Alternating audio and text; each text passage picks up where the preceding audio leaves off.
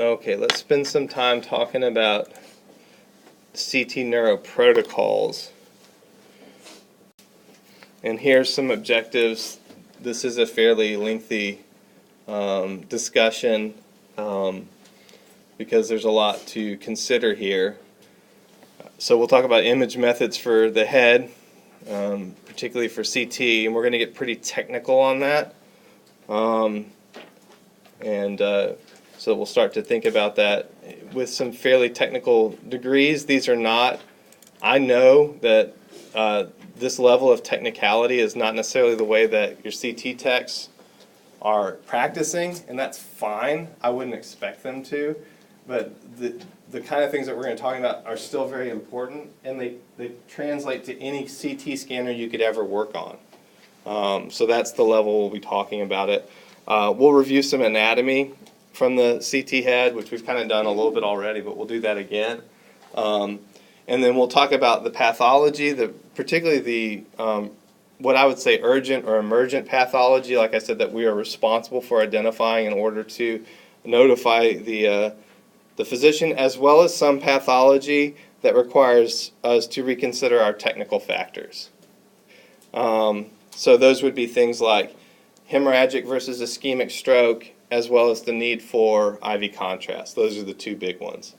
Then we'll talk very briefly about the CT neck as well as the CT spine.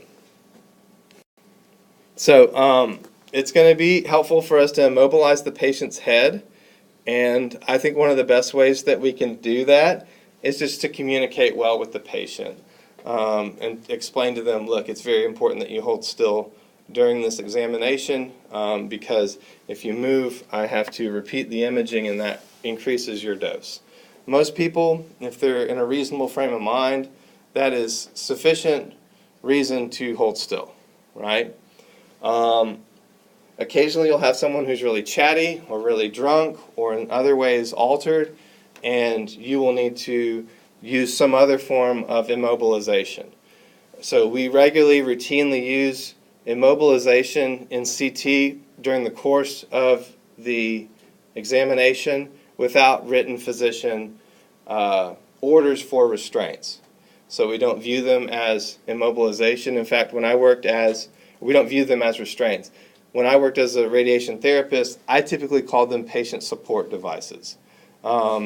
Because even though this is helping the patient hold still, it is not actively restraining the patient. They could remove the device if they wanted to.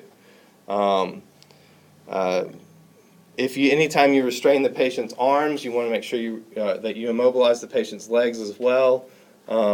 And typically for the head, for pediatric studies and things like that, there's little cushions and things that you can put on either side of the patient's head that will help them to hold still as well. You want to program the slices so that they are parallel to the supraorbital meatal line, and that's to reduce radiation exposure to the lens of the eye. We'll talk about that more in the fall, but the lens of the eye, it could have deterministic effects of fairly low radiation exposures, and what we're talking about is cataract production, cataractogenesis. So we want to avoid the lens of the eyes for that reason. So interestingly enough, both CT and MRI have adopted this standard of viewing images of the brain at a slight tilt like this.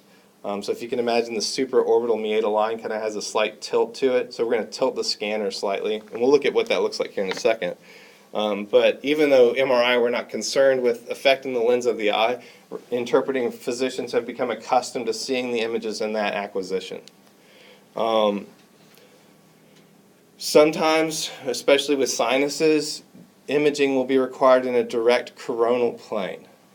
And that's pretty much just sinuses. What I'm talking about is if the patient were laying on their belly on the examination table with their chin tilted up a whole lot, and you're going to scan them in a true coronal plane, almost as though their face were flying through the CT scanner, right? The main reason that we would do that is if we're trying to evaluate fluid levels in the sinuses, we need the patient more or less upright to differentiate the fluid from normal sinus. So if that's the case, if you're doing any kind of fancy orientation, make sure that you indicate that on your CT scanner. Indicate the direct orientation. So here's an example of those lines that run from the supraorbital meatal line through the occipital bone and avoid the lens of the eye. So the CT scanner is actually tilted.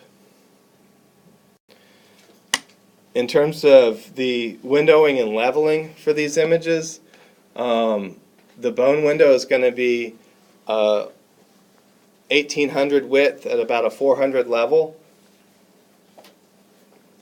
And the significant thing the kind of the critical thinking exercise there is understanding contrast. And by that I mean like subject contrast on these images. Not IV contrast. I'm talking about if I'm looking at bone, it has a high subject contrast because it has a high linear attenuation value, right? So in order to kind of smooth that out, I'm going to have a really wide window width. So because it's a high contrast structure, I'm going to create a whole lot of grayscale in order to view bone. I'm going to create a whole lot of grayscale. Since it's a high contrast, the images I want to be low contrast is what I'm saying. And I'll do that by making it a large window width. Conversely, if I'm looking at the brain, the cortex of the brain, or subdural areas of the brain, I want high contrast images because I have a low contrast structure, right? Brain, really, what have we got? We've got gray matter and white matter, right? They both have roughly the same attenuation value. So by narrowing the window width to 100 and putting it at roughly the Hounsfield level of that fatty structure, I will have increased contrast. I have increased the contrast of this low contrast piece of anatomy. These appropriate window levels are essential, and they are on every single brain protocol ever done ever, whether that is in PET or nuclear medicine or radiation therapy or diagnostic CT.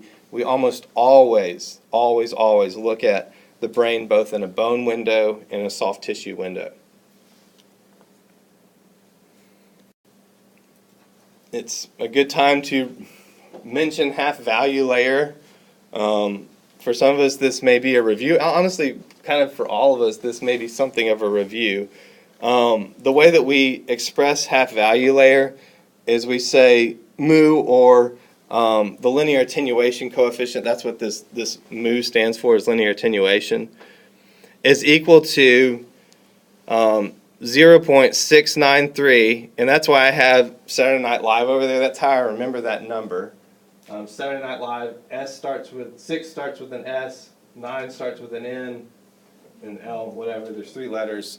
So it is a very important number for us to be mindful of, and if I put that over the half value layer, that will give me the linear attenuation coefficient for any structure at a specific kVp energy. At a specific keV energy.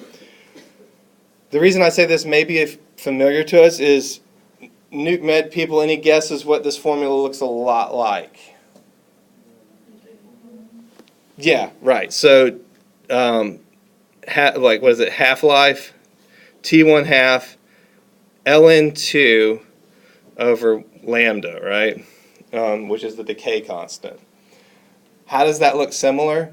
Well, yeah, a little bit different, but if we're reminded that the natural log of 2 is 0.693, it is the same formula. So the way that half value layers, what I'm saying is the way that we do shielding in radiation therapy, the way that we evaluate Hounsfield units in CT, the way that we evaluate decay constants in nuclear medicine are all operating off of the same exponential decay formula, the exact same formula. So we have some amount of, in the X-ray tube, we have some amount of energy that's incident on the tissue. The tissue starts to attenuate that energy to some certain amount, and we can mathematically express that, and that's where a Hounsfield unit comes from. Okay? So I know this is fairly heady stuff. but it's not going away. It is important for us to be able to work this formula. So if you're given, for example, the half value layer, you can work out and get what a linear attenuation coefficient would be. So I would just say that's 0.693 divided by the half value layer, and I'm good to go, right? If I'm given a linear attenuation coefficient for some tissue, I can also figure out what the half value layer for that tissue would be, right? And that's just some basic algebra, just moving these variables around. Okay, so that's why I have these other formulas here. Is it supposed to be H2? Yes. Thank you. Thank you. Good eye. You're very helpful. I'll find a quarter for you. He hasn't given me any more. No, no. I'll get you some quarters. I'll get you 2 quarters for that. Thank you for your help. So, okay, just so you know, there are, I think, 2 questions on the exam related to that formula. Okay? So I think you need to be able to know how to work it to find a half value layer if you're given a linear attenuation coefficient, and know how to figure out a linear attenuation coefficient if you're given a half value layer. All right? That's the 2 ways that I would ask you to work that formula. Because we will be coming back to it. X-ray text, it's important to us right now. It will be important to all of us, again, when we come back to radiation therapy and radiation biology. And it is essentially the foundation of Hounsfield units. So when we work out that formula, we get different percentages, right? We get different decimal point amounts. And those decimal point amounts we then convert into Hounsfield units, right? So we've said that the linear attenuation coefficient of water has a Hounsfield value of 0. Anything less than water in terms of decimal places is going to be a negative value in the Hounsfield scale, and anything greater in terms of water's linear attenuation coefficient is going to be positive on this scale that runs from negative 1,000 to positive 1,000, right? So you'll see that the brain is going to be pretty low down here in terms of the cortex, because myelination, right, the myelin of the brain is a fatty substance. It's a lipid substance, right? So it's going to pull the attenuation coefficient for the brain down pretty low. So CSF is not much more than water. Water, 0. CSF is basically water with some proteins and hormones floating around in it, right? So it'll have a normal Hounsfield unit of about 15.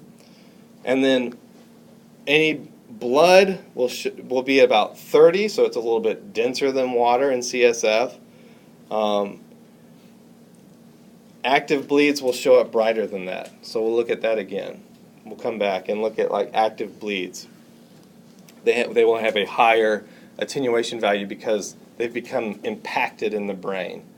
So it's almost like they're very dense. The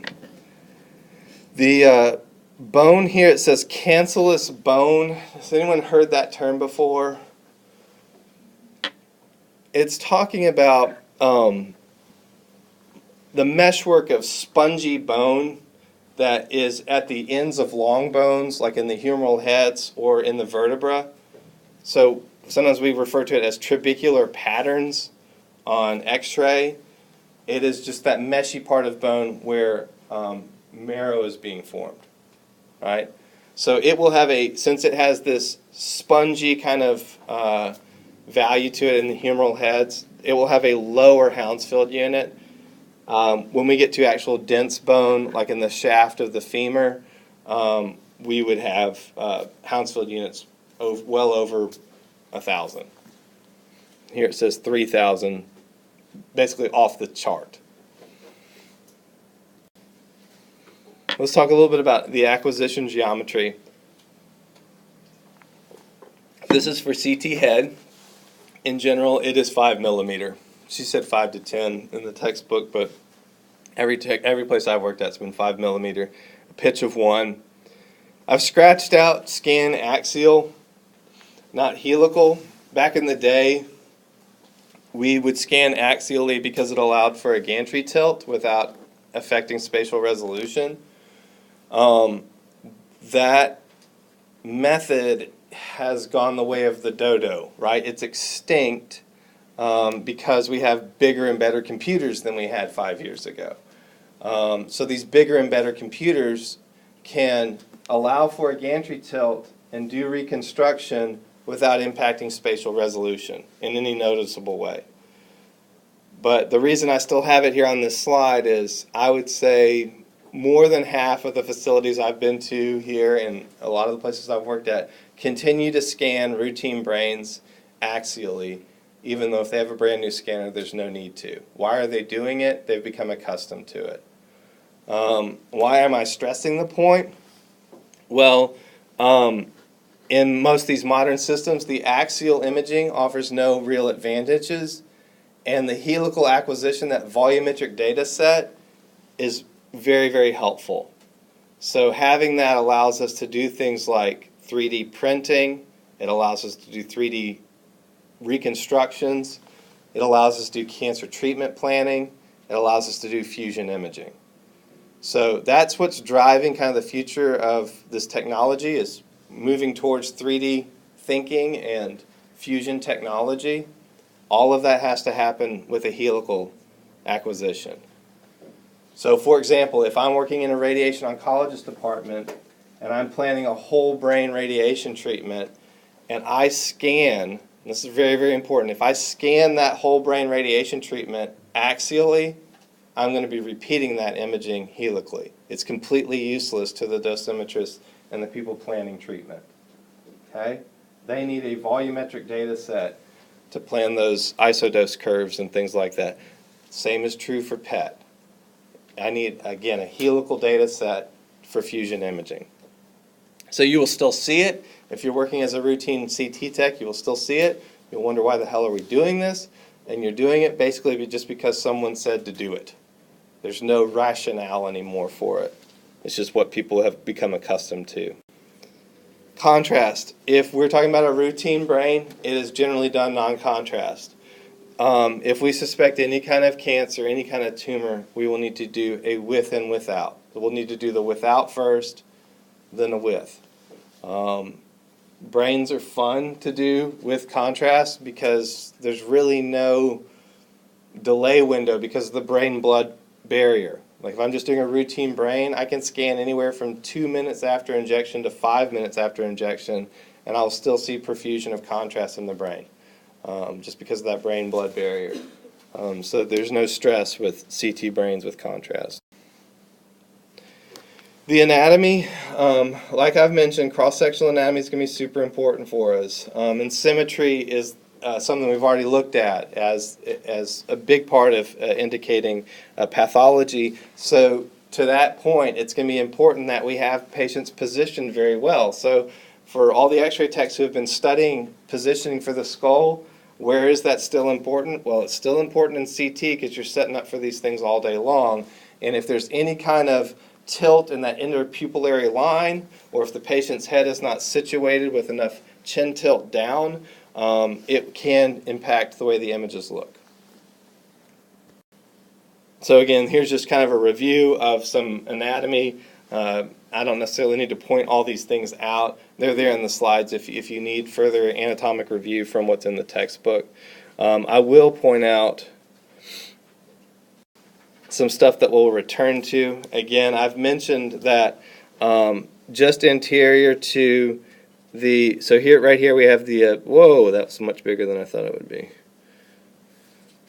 I do not need a marker, I need a pencil. Right here we have the basilar artery, right? Just anterior to that we have the dorsum sella, and then just anterior to that we would expect to see the pituitary gland. Why am I stressing that?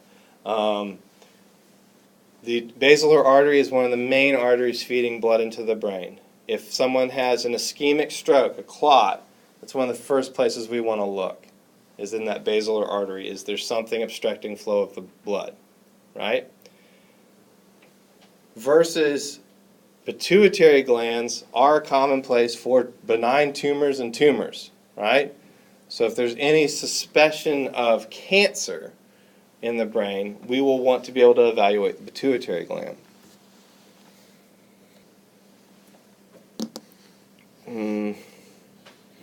This level is helpful for looking at ischemic stroke. This level of about the midbrain. So being able to identify some of these midbrain structures in the fourth ventricle is helpful to do, as well as the cerebellum.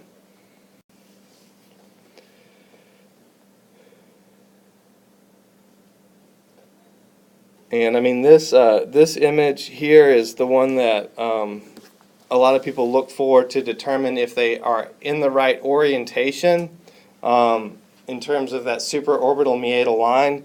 If we see the squirrel face, right? This is what an MRI tech taught me. If you see this little squirrel face here, I don't know, there's its eyes and smiling little squirrel face staring at you, then you are correctly oriented to the supraorbital meatal line, right? That's kind of the giveaway, and those are the lateral horns of the anterior lateral horns of the ventricles, and I think third ventricle, and then that what is it? That cistern there.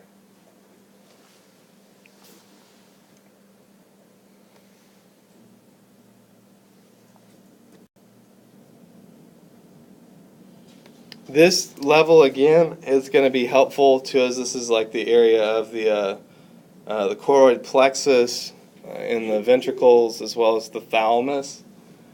So a lot of times, so this is the area of the thalamus right in here, and lateral to this, we would, if there are ischemic strokes, this is where we're going to be looking for them. Is the little tiny blood vessels that run all through this area here is where we might see a clot, and it would cause discoloration of the thalamus.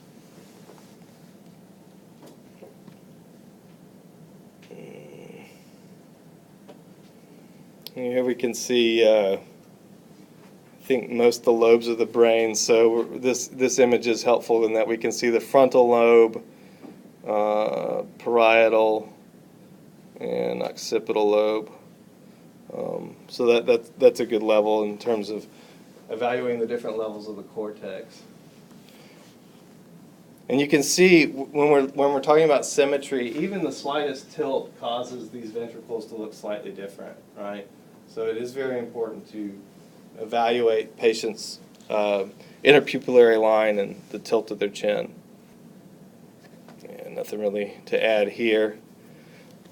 Okay, let's talk about the different kinds of pathology that we need to consider.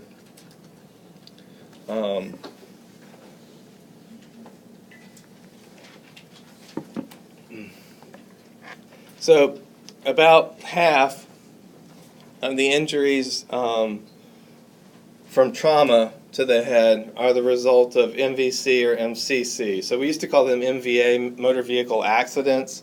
That terminology has kind of gone away, and the preferred terminology from the legal team is motor vehicle crash or motorcycle crash, right? MCC would be motorcycle crash. The accident went away, the MVA or motor vehicle accident went away because who's to say if it was an accident or not, right?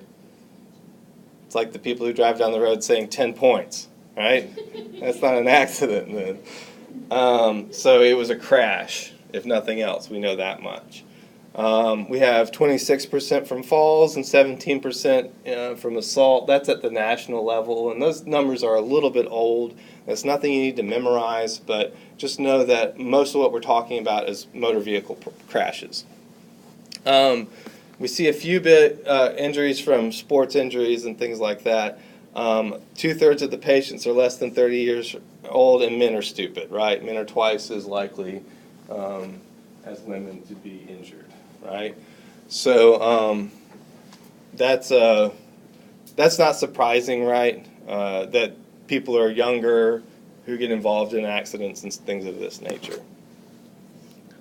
So the main thing that we're looking for are fractures. And again, this will require both the bone window and the soft tissue window. So this image here was acquired in which of those windows?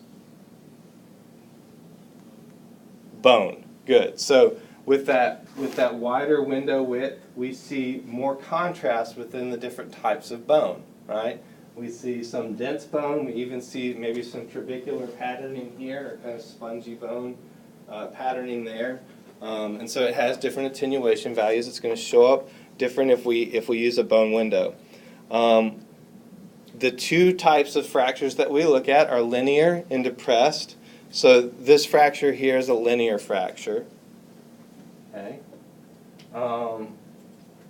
And when we're going to get really freaked out is if the paranasal sinuses or the skull base are involved. Because then basically the skull, the entire cranial vault has become detached from the face, which is crazy to think about.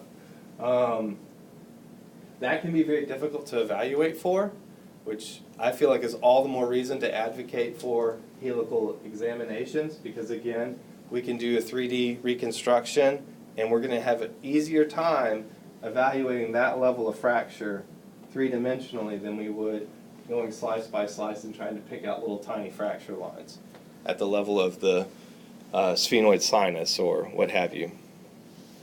And we have to distinguish them from sutures in the skull because those are naturally occurring and they're not fractures. Another evidence of trauma would be a subarachnoid hemorrhage. So this is not necessarily within the brain, it's in that subarachnoid space. And since that space is kind of a smaller space than other spaces, the bleeds are going to be smaller. Okay? So we have these tiny bleeds kind of evident all throughout these gyri and sulcal folds at the top part of the brain. Okay?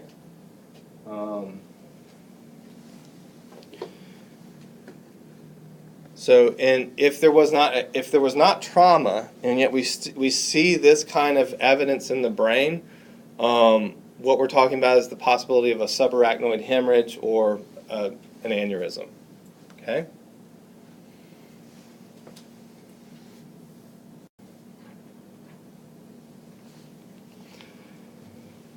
These are when the little old lady falls in the shower at the nursing home. We see these acute subdural hematomas.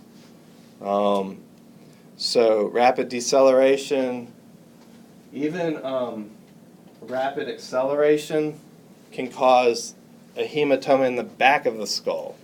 But that would be fairly rare to see. Most of what we see are people falling, and the brain is literally bouncing around inside of the skull, and it's bruising the brain inside of the skull without fracturing the skull. Okay? And again, the telltale sign for these is that crescent shape. Right? And when I say crescent shape, I mean that if I follow this line here, it has kind of a crescent shape to it. Right? Because what's happening, it's within the dura mater, that sac that kind of encases the brain, and it's not able to get past that dura mater sac. So it's a little tiny blood vessel. It's not a really big blood vessel. It's the bleeding into that space, pressing on the brain. So we do see lateral shift of the ventricles, right? We do see compression of the ventricle. And it's showing up white, even though it's blood. Even though its Hounsfield unit is only like 30, it's showing up white because all that blood's compressing into that space. So I don't know if you ever played that game Sardines when you were a kid, but that's what the blood is doing right now. It is all compressing into that space together. So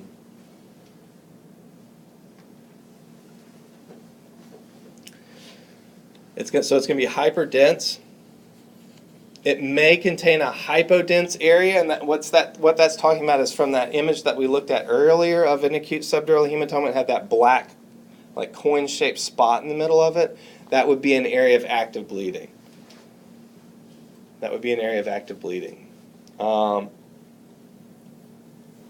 then it does not cross the dural reflections. What does that mean? It does not cross the midline. It can't because that dural sac folds down into the sagittal sulcus, right?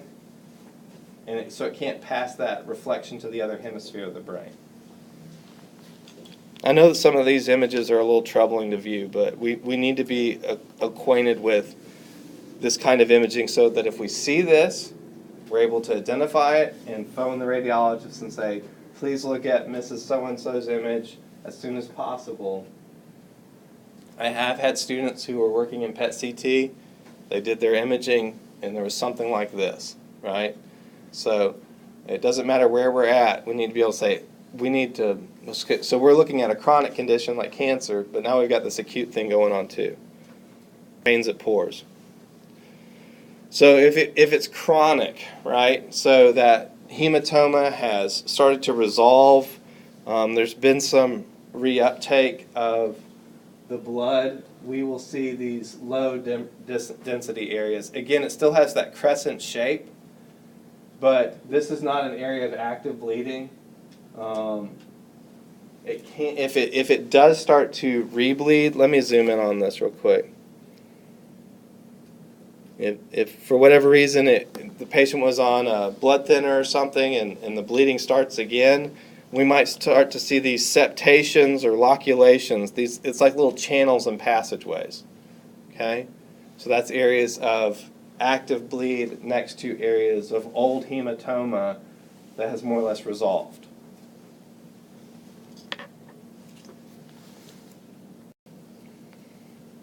Okay, epidural hematoma. These are normally associated with a skull fracture. So again, we're going to need both window levels to evaluate this.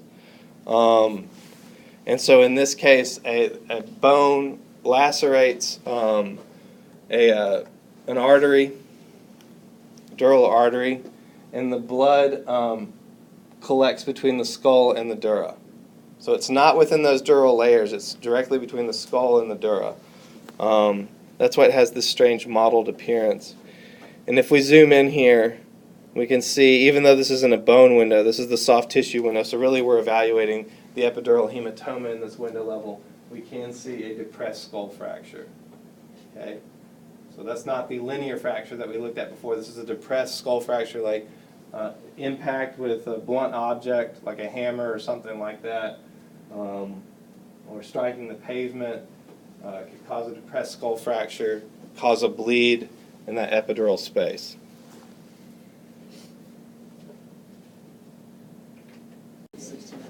All right, let's apply our minds and our attention to stroke, because it is a big part of what we do in CT. Like there's kind of the big three in terms of pathology that you need to be able to identify if you're operating a CT scanner. Stroke is probably number one, because it's often the most emergent. Pulmonary embolism would be a close second, because it's also very emergent. And then the final one is appendicitis. So for each level of the body, when we get to those kind of the big three, one of the big threes, we'll kind of take a moment and really think about it hard. So that's what we're going to do here with the stroke. So I'm not trying to exclude all other forms of pathology that can occur in the brain. This is simply the most urgent, and regardless of what area you're working in, even if this has never happened to me, but I've had friends that it happened to, that they were planning for a whole brain CT scan, did the patient's whole brain treatment planning, and saw stroke, evidence of stroke on the patient's CT scan. So we were dealing with a chronic terminal condition of cancer. Now we also have stroke to deal with as well, and that's not terribly uncommon. So stroke is the clinical term for a sudden focal neurological deficit. So it's really describing a sign that's clear when we look at the patient. Are they slurring their speech? Is their right or left side paralysis? Those kinds of stroke signs we're looking for. But there is an underlying core deficit that's occurring, and now with CT we can evaluate that. There's two major types: hemorrhagic, which are fairly low percentage, about 16% of all strokes are hemorrhagic, and then ischemic. And it's very important for us to make those distinctions, because the interventions are going to be very, very different. If it's a hemorrhagic stroke, they may need to surgically go in and try to correct it or relieve pressure of this hemorrhaging blood vessel, right? So the blood is just pooling and pooling and pooling. They will be the most dramatic. CT has a high specificity for hemorrhagic stroke. The ischemic strokes are going to be more difficult to pinpoint on the images, but they are the majority of stroke, and they can be intervened within a certain window of time. We can give tissue plasminogen activator, TPA, and it can bust up the clot, right, and return normal blood flow to the brain. But the problem is simply this. If one of these strokes, there's an active bleed, and the other stroke is related to a clot, right? We do not want to give clot-busting agents to an active bleed, right? That would just make their problems a lot worse. So the reason why we have things like the stroke mobile, and the reason why there are stroke protocols at your facilities, and the reason why I'm stressing this point is because we need to be able to differentiate between these two within a fairly small window of time. They're constantly trying to do research to extend the window of time, but what most centers work off of is 2 hours from onset of symptoms, of signs. We have a 2-hour window to evaluate this, diagnose this, and create treatment plans. So what are the pros and cons of using the CT? CT is readily available in most facilities, even rural facilities. It's very quick. It allows exclusion of hemorrhage, and it allows for an assessment of parenchymal damage, so the extent of damage. We can't always differentiate between old and new infarcts on the CT, so that's a con. There's no functional information, so there's no FCT, right? We have PET-CT, but we have to use a different kind of isotope if we're going to look at function within the brain. And we only have limited evaluation of the vertebrobasilar system. What the heck is that talking about? It's talking about all the arteries that funnel up through the brain, through the skull portion of at the bottom of the skull. As those arteries are coming up through the skull, we struggle with identifying stuff there. Why? Well, because of beam hardening artifact from the base of the skull, and it's also very tortuous. Those pathways that the arteries take into the brain are tortuous pathways, meaning they're all twisty and turny, right? So we have a hard time viewing that area. So CT is only about 58% sensitive for infarction within the first 24 hours. MRI is 82% sensitive. If we extend the window to 24 hours, CT and MRI both are greater than 90% sensitive. So we have kind of become line of defense. So we'll look at hemorrhagic strokes first, because like I said, they will be the most dramatic. They're the ones that, when we talk about janitor fractures, like fractures that are so apparent even the janitor could pick it out, hemorrhagic strokes are janitor pathology. Like anyone can look at this picture and say something's not right there, right? Again, because it's asymmetrical, there's these bright intensities, those are areas of active bleeding. So this is an intracerebral hemorrhage. It's happening like at the level of the thalamus or the caudate nucleus, and it's causing these areas of active bleeding. The bleeding might rupture other areas and kind of cause a chain effect. This is commonly seen with drug abuse, right? Here's a hypertensive hemorrhage. So if a person has very high blood pressure or they go through some kind of shock, we could have this massive bleeding that occurs within the cortex in these deep penetrating arteries of the brain. So we may see a high density hemorrhage in like kind of the area of the basal ganglia, and this does not have a good prognosis. So you can see the hemorrhagic strokes really pop on the CT images. It's very clear that there's something going on there, and there's those hyperdense areas of whiteness on the image. The ischemic strokes are more difficult to see. Okay, so we're going to spend more time on them because there's the ones that we can actually treat fairly readily. These are caused by thrombosis or clot. There will be hypoperfusion, so we're looking for areas of reduced perfusion, and what we call lacunar infarctions. What the heck is that talking about? A lacuna is like, again, a crescent-shaped area, right, where it's like it's been sucked down into that area. So we're going to be looking very carefully at these images with a soft tissue window to look for areas where the darkness has kind of like formed a black hole, if you will. That's what it's talking about.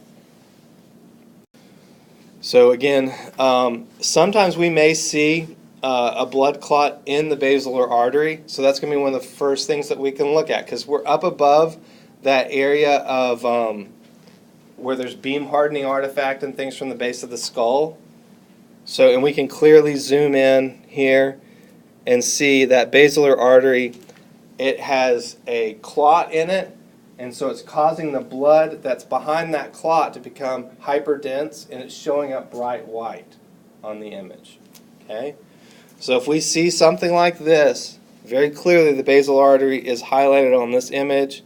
On this image, that little tiny white spot, we need to get on a phone with the doctor. Now this would need to be correlated with signs and symptoms of stroke, right? Because occasionally there's some calcification or something in the artery that we would need to differentiate, but this is a sign of stroke. This one is very difficult to pick out on this image, unfortunately, but we're looking at a hypodense area. The arrows indicate near the caudate nucleus. So if we zoom in here, I don't know if this is even going to be apparent. I'm going to turn the lights down, I think. I can find the right. Is that the right one? Okay.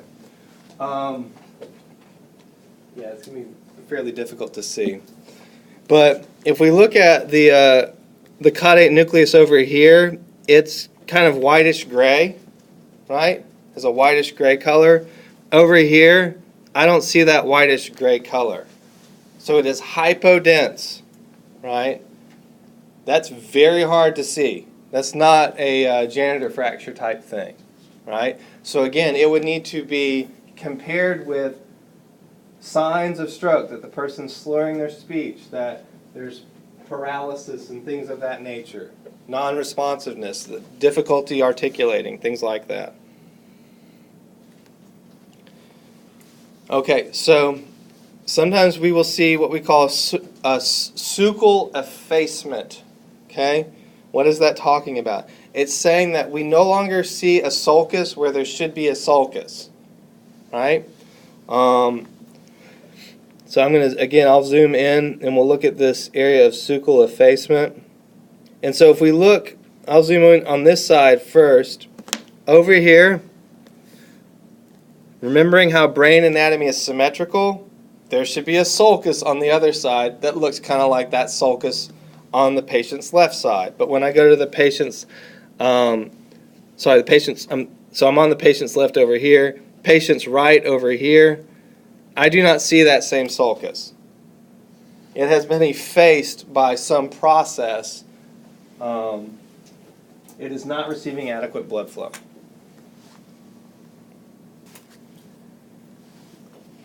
If we have a subacute infarction, okay, so this is no longer an acute thing. The stroke has continued, and now the infarction has, it's almost like it's blown out its tire, if you will. We may see a sign like this. So this would be 2 or 3 days after the initial signs of stroke.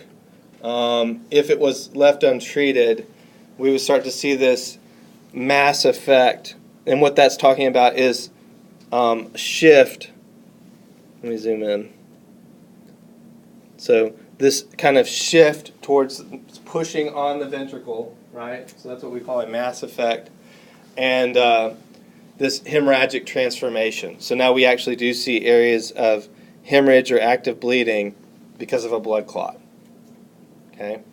So it has now become bright white, like a hemorrhagic stroke. Initially it was ischemic, then it hemorrhaged, in other words.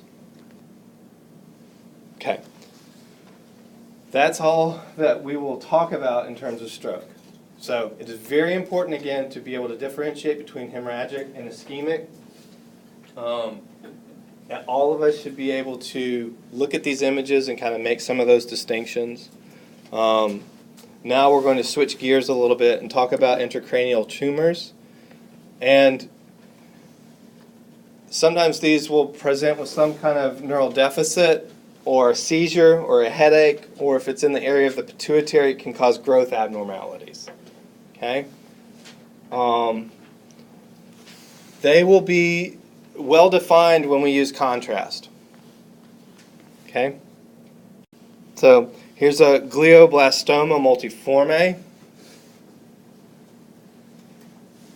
And this is a pediatric tumor often. When we do not have contrast, we are going to see these areas of hypodense attenuation, right? It's going to be somewhat difficult to distinguish the tumor, the active tumor, from the brain, because a brain tumor basically is brain tissue that's gone bad, right? So the attenuation values will be about the same.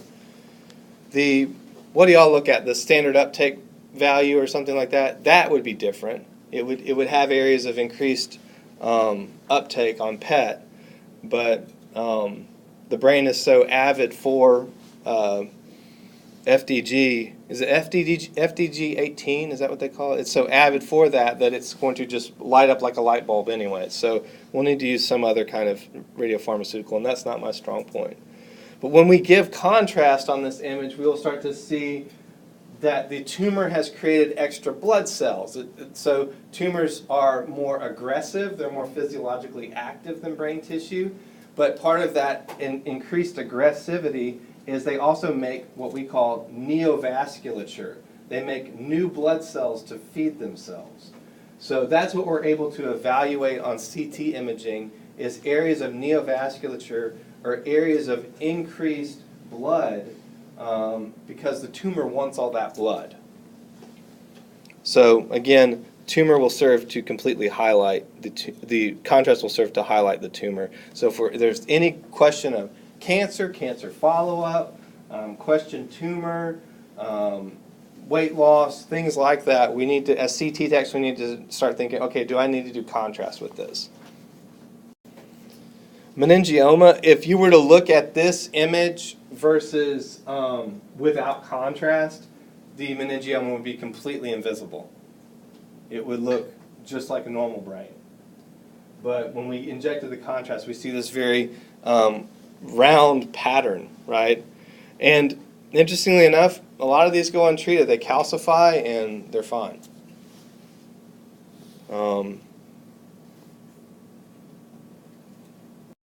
Okay, so switching gears again, let's talk very briefly about the neck. Okay, these are going to be performed supine with the neck slightly extended, so chin up. Again, I'm trying to get the eyes out of the area where I'm scanning now. I'm scanning in this direction, right? I suspect that was part of the problem with the boy that we looked at, that case at Mad River Hospital. I think one of the first missteps that tech probably made was just not positioning the patient correctly or orienting them in the scanner. So for the head, we were scanning from the floor of the skull up. Now we're scanning more or less from the floor of the skull down for the neck. We will use contrast, and sometimes we use split bolus techniques, so we'll inject some amount of contrast at a faster rate, and then we'll slow the rate. And the reason we do that is we want both arterial and venous phase on a single image. So we want to see contrast both in the carotid arteries as well as in the jugular veins. Because a lot of what we're looking for are things like areas of infection or tumors in the neck. And again, with the tumors, we will see that contrast concentrating in a certain area because the tumor wants more blood. If it's an infection, we will also see contrast going to a certain area because the body's trying to fight off the infection. So we will see what we call enhancement of contrast in those areas. We will sometimes do CTAs of the head and neck. This is a fairly complex procedure, and it's not necessarily something we need to burn a lot of class time talking about. If you do wind up going into CT, just know that we do angiography in CT. So this is a fairly rapid-fire study. We're going to start the contrast and then almost immediately start the scanner. And we're going to get an angiogram just of the carotid arteries going up through the circle of Willis. Then we will use fancy stuff to subtract away everything that's not an artery so we can evaluate just the arterial system generally in 3 dimensions. So they're pretty amazing exams. They're less invasive than an angiogram, widely available, less expensive, and time-saving. So it has become a benchmark of evaluating the arteries in the neck and the head.